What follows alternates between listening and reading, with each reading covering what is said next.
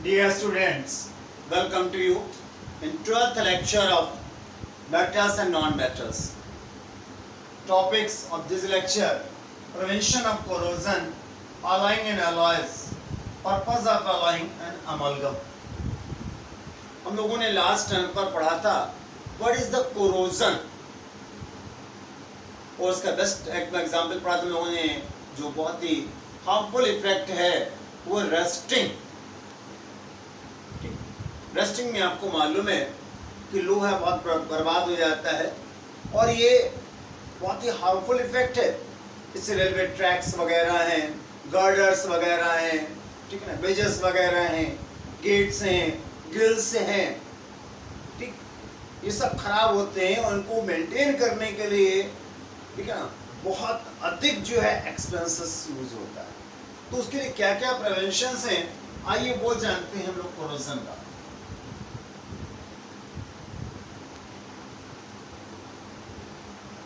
First we go prevention of corrosion. Clear? There are so many methods for prevention of corrosion. We study one by one. The first number is the barrier protection.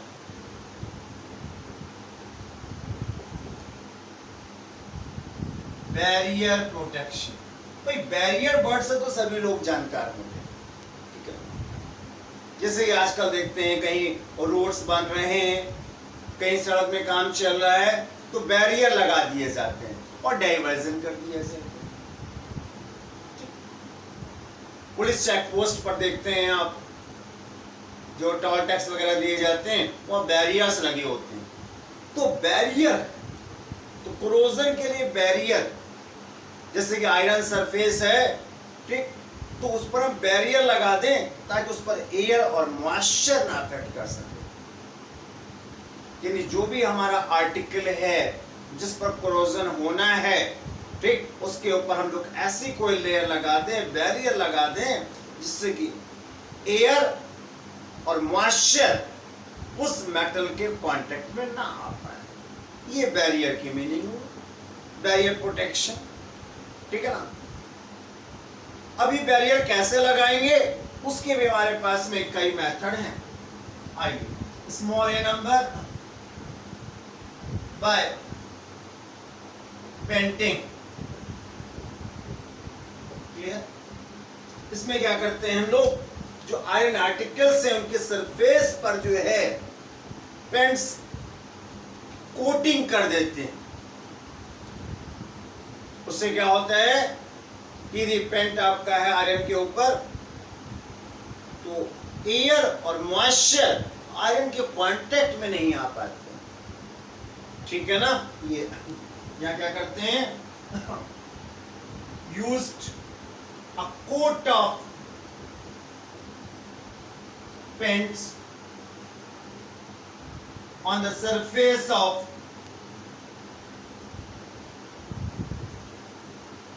iron articles. Clear? Now next, by applying grease or oil, ठीक, on the surface of metal like iron, जो भी metal उसके surface पे oiling कर दें, Greece की layer चढ़ा दें, तो आपको मालूम है ग्रीस कैसा है, आपका मॉइस्चर प्रूफ है। ग्रीस जो है, ऑयल जो वाटर रेपेलेंट होता है, मॉइस्चर को दूर हटाता है। और एयर के लिए एयर प्रूफ होता है, तो एयर भी उससे होके नहीं जाएगी। जैसे आयरन आर्टिकल्स हैं या अदर मेटालिक आर्टिकल्स हैं, उन पर एयर और मॉइस्चर नहीं पहुंचेगा। और थर्ड क्या है आपका, electroplating. Electroplating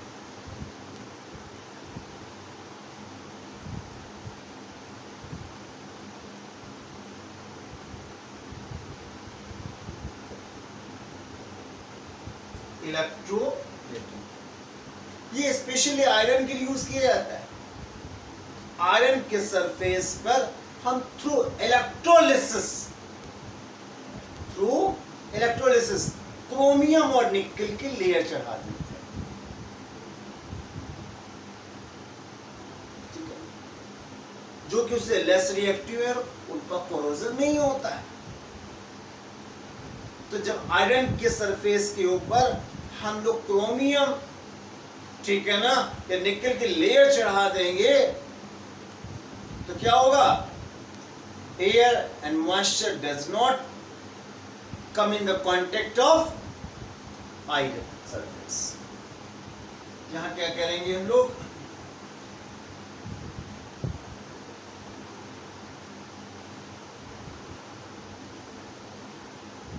the iron surface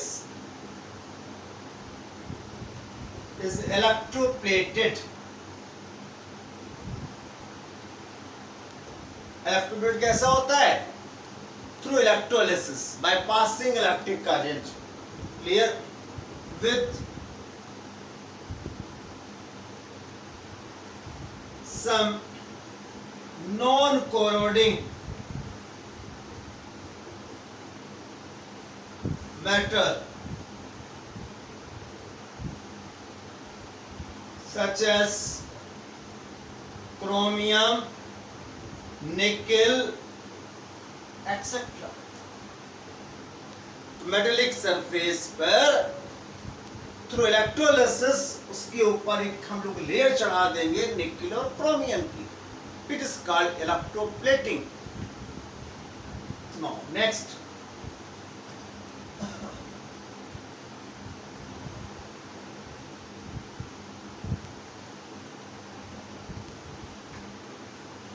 by tining of iron. टाइनिंग क्या है हमारे पास में? Layering of tin. It is really layering of tin. You know formula of tin is Sn। यहां हम लोग क्या करते हैं इसमें कि आयरन के ऊपर टिन की लेयर चढ़ा देते हैं। भाई क्यों? आपको मालूम है tin is less reactive and less electropositive and it does not corrode. इस पर एयर या मॉइस्चर का कोई इफेक्ट नहीं पड़ता है, ठीक है ना। tin is less reactive and less electropositive.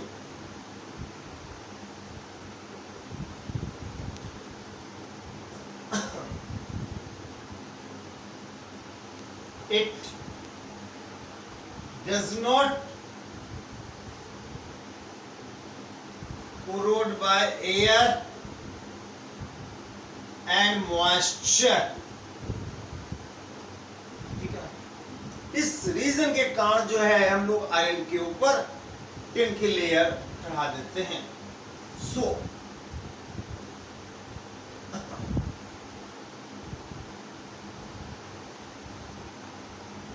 a tin layer is coated on iron surface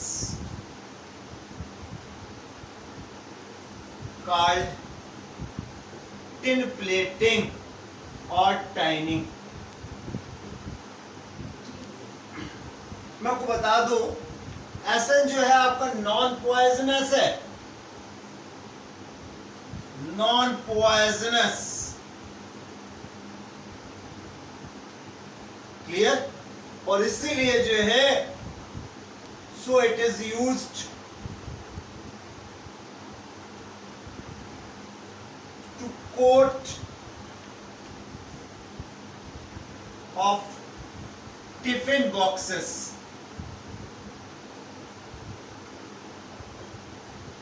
tiffin boxes में कोट के लिए यूज किया जाता है।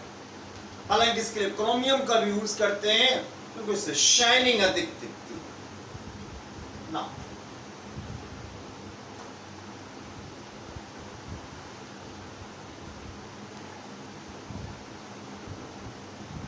The next process is alloying. alloying के बारे में अभी हम लोग अलग से टॉपिक पढ़ेंगे. और their next method is the galvanization.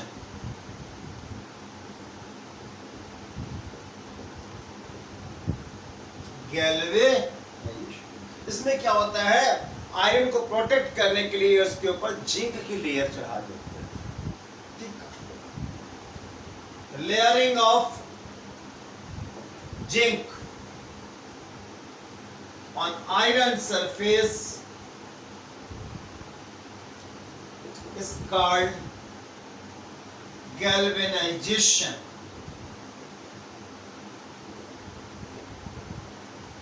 Clear? ये इसमें कहीं जिंक लेयर आपकी ब्रोकन भी कर जाए,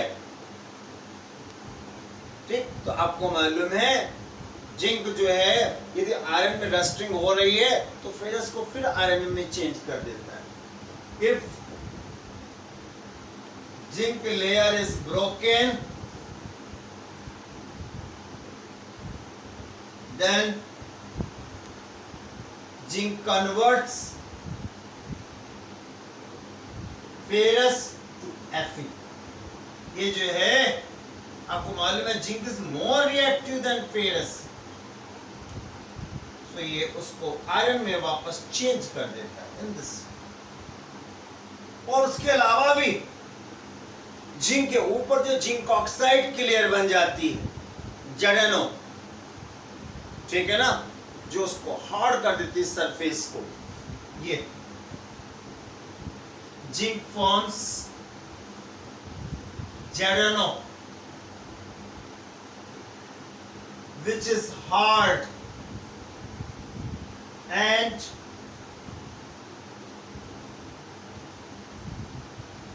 impervious. कि बहुत हार्ड लेयर होती है और impervious means इससे हो करके फिर एयर भी पास नहीं हो सकती.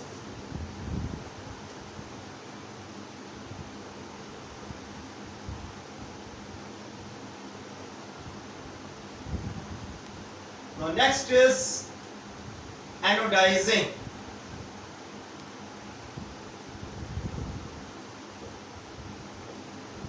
Anodizing. हम लोग देखें जरा सा, एल्युमिनियम है, आपको मालूम है कि in air aluminium is oxidized by which a protective layer of Al2O3 is formed around the aluminium which protects aluminium by air and moisture. तो यहाँ आप देख रहे हैं कि जो हमारे पास देखिए एल्युमिनियम की ऊपरी लेयर में एल्युमिनियम की O2 से क्रिया हुई, कोरोजन हुआ और Al2O3 बना, उसकी लेयर बन गई जो प्रोटेक्ट भी कर रही है. यहां पर कोरोजन कैसा है, यूजफुल है. As corrosion is useful for aluminium. अब इस कोरोजन को और रोकने के लिए क्या करते हैं, एल्युमिनियम की और थिक लेयर बना देते हैं इसके चारों तरफ थ्रू इलेक्ट्रोलिसिस, ठीक है ना. It is called anodising.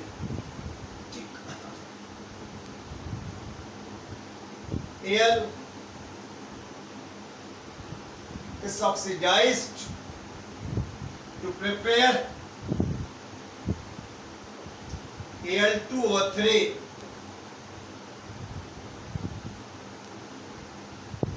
Layer. ये प्रोटेक्टिव लेयर है.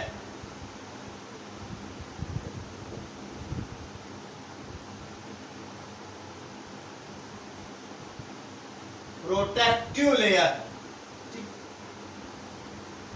on its surface. Hence, corrosion is useful for aluminium. Clear? अब इसमें इलेक्ट्रोप्लेटिंग करके इसके ऊपर Al2O3 की और थिक लेयर बना देते हैं. It is called anodizing. Now, formation of a thick layer of Al2O3 on surface of aluminum is called anodizing. ठीक, यहां देखा आपने hence corrosion is useful for aluminum. Now we go another topic.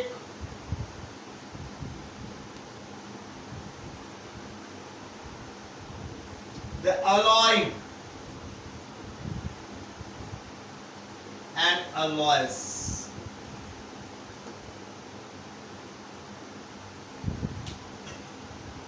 यहाँ क्या है, किसी भी एक मेटल में दूसरी मेटल को मिक्स करना या किसी एक मेटल में किसी नॉन मेटल को मिक्स करना अलॉइंग कहलाता है, और जो कॉम्बिनेशन बनेगा उसे अलॉयस कहते। ठीक, ये the addition of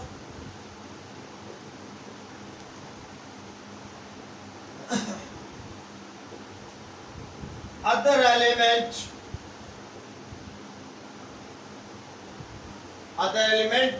may be metal or non-metal, metal oblique non-metal, दो में से कुछ भी हो सकता है। To a metal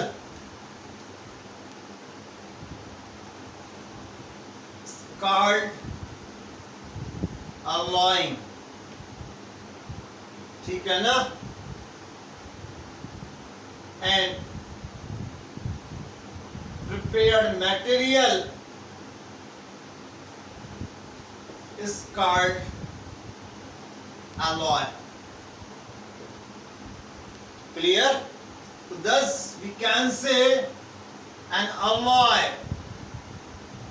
is a homogeneous mixture of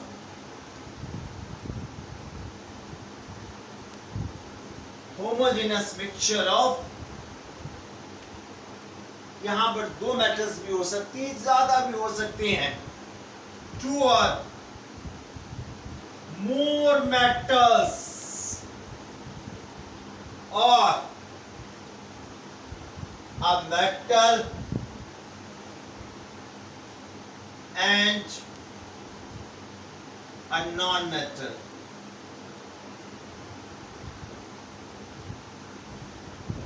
दोनों का मिक्सचर भी हो सकता है। क्लियर?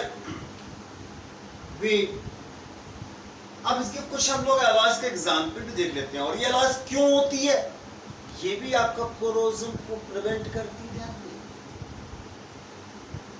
क्या पर्पस है अलॉइंग का, वो देख लेते हैं। पर्पस ऑफ अलॉइंग,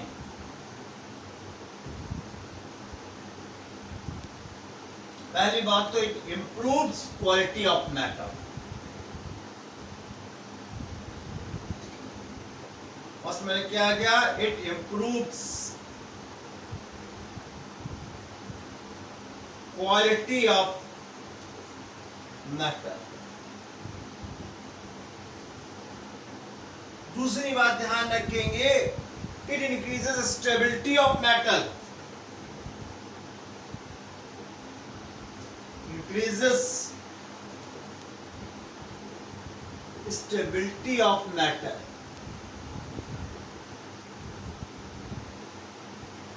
और खास बात है, इससे मेटल की मैलिएबिलिटी बढ़ जाती है। It increases malleability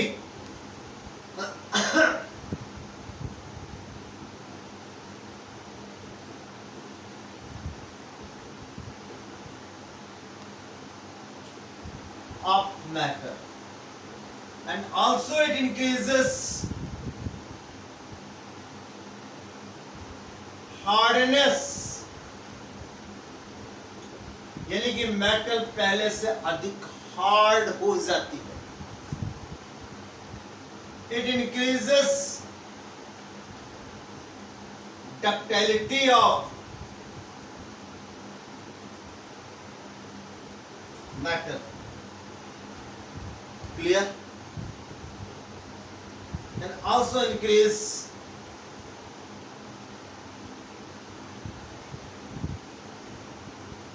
tensile strength metal, and it decreases melting point of metals. ये अलॉय के फायदे हमारे पास में, जो अलॉय है मेटल से अधिक उसकी अच्छी क्वालिटी होती है, एंड सो ऑन, अधिक हार्ड होती है, अधिक उसकी मैलिएबिलिटी है, and these are properties.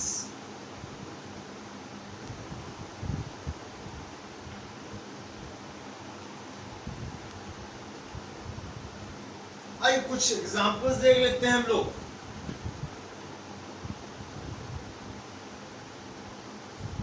alloys of iron. Pure iron में 0.05% लोग कार्बन मिला दें, इट बिकम्स मोर हार्ड. ठीक है ना? फर्स्ट नंबर तो यही है आपका. by addition of 0.05% carbon, iron becomes much hard. Pure iron बहुत सॉफ्ट होता है. ठीक, तो किसी आर्टिकल्स बनाने के लिए बेटर नहीं, अच्छा नहीं, ध्यान रखें हमारे पास. क्लियर? इसी तरह एक स्टील है हमारे पास में. स्टील के क्या यूज हैं ये आप बेटर जानते हैं पहले से, प्रैक्टिकल लाइफ में भी पढ़ते हैं. ठीक, अलॉय स्टील कंटेन्स, ये भी आपका आयरन का बना होता है. ठीक है ना? ये जो है 2.5% इसमें कार्बन होता है. ठीक, and some traces of manganese, silicon and phosphorus, और बाकी क्या होगा? Iron. In the same way stainless steel,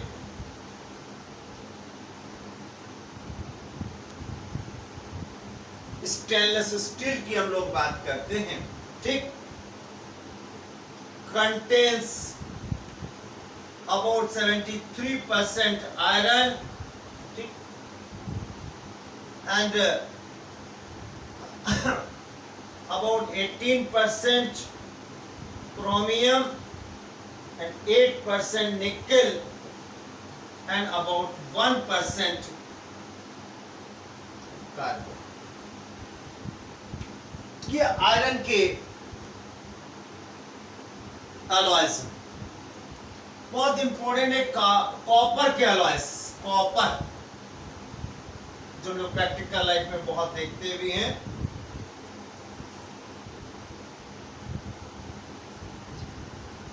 alloys of copper,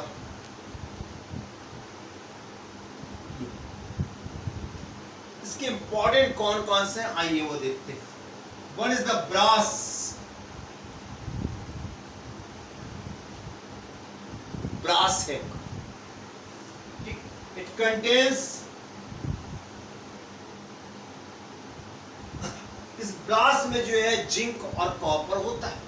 it contains about 80% zinc, sorry copper, and 20% zinc. In the same way, next very important, bronze. Bronze बहुत important alloy है. इनके uses देखेंगे आपके NCERT book में given है. It contains 90% copper and about 10% tin. इससे copper की quality बहुत बढ़ जाती। And third, German silver. ठीक है ना, it contains about 50% copper, 25% zinc and 25% nickel। ये बिल्कुल वाइट सिल्वरी कलर का होता है, मगर इसमें सिल्वर नहीं होता है। ठीक है,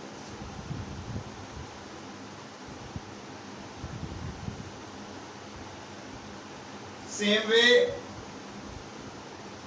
alloy of aluminium.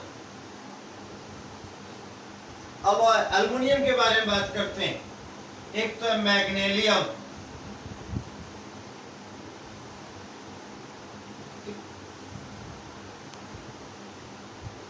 it contains 90% aluminum and 10% magnesium। and next, very important, ड्यूरेलियम। ये मशीन पार्ट्स में यूज होता है। ड्यूरेलियम ये एयरक्राफ्ट वगैरह में जो प्लेन्स वगैरह होती हैं उनकी बॉडी में बनाने में बहुत यूज होता है। इसमें क्या होता है, इट कंटेन्स 95% एल्युमिनियम, और इसमें जो है कॉपर होता है आपका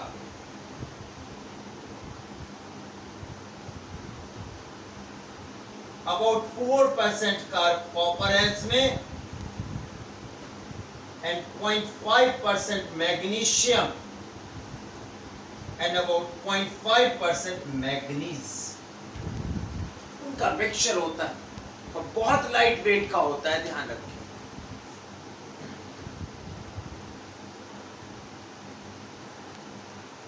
बहुत इंपॉर्टेंट एक चीज है आपके यहाँ, ठीक है ना, एग्जाम्पल है वो है iron pillar. Near Qutub Minar, in Delhi is the best example of alloy of iron। It does not corrode। इसमें कोरोजन बिल्कुल नहीं होता है। वर्ल्ड के डिफरेंट पार्ट्स से साइंटिस्ट ने इसमें टेस्टिंग की है, इसमें कोई कोरोजन आपका नहीं होता। ठीक है ना, ये लगभग 1600 साल पहले बना है। It was built before 1600 years। its height is, इसकी जो हाइट है लगभग 8 मीटर की, 8 metre, and weight is, weight है वो लगभग 6 टन है। That is about 6000 kilogram. ये उस समय का जो है 1600 साल पहले का बताता है कि हमें कोरोजन के बारे में कितना नॉलेज है।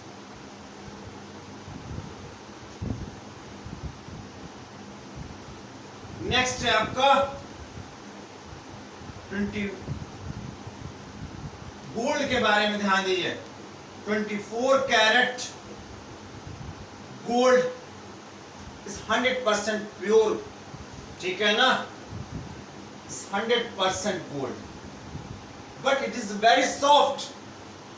ठीक है ना, नॉट यूज्ड फॉर ज्वेलरी। उसके लिए क्या करते हैं, 22 कैरेट गोल्ड यूज करते हैं, ध्यान रखेंगे। क्लियर?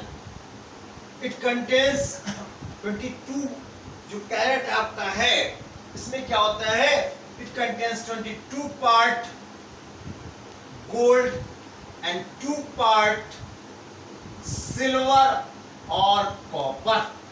ये यूज होता है एक्चुअली। ठीक है ना। इट मीन्स जो 22 कैरेट जो गोल्ड है हमारे पास में, ठीक, कंटेन्स,